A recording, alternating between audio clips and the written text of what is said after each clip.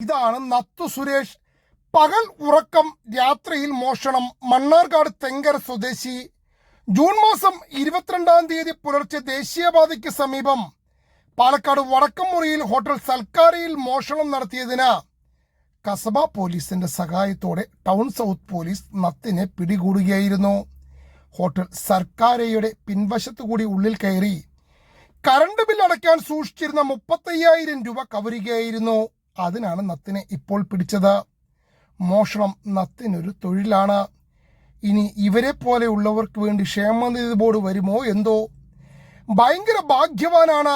വടക്കഞ്ചേരിയിൽ lottery കടയിൽ മോഷണത്തിനായി കയറി പണം ഉണ്ടെന്നാണ് കരുതിയത്. പണം കിട്ടാത്ത വിഷമം തീർക്കാൻ 60,000 രൂപയുടെ ലോട്ടറിയും വാരിയെടുത്തുകൊണ്ടാണ് പോയത്. അതിന് സമ്മാനം അടിച്ചിട്ടുണ്ടെന്ന്. ഇനി നത്ത് ജയിലിൽ നിന്നും പുറത്തിറങ്ങിയിട്ട് വേണം സമ്മാനം വാങ്ങാൻ പോകാൻ.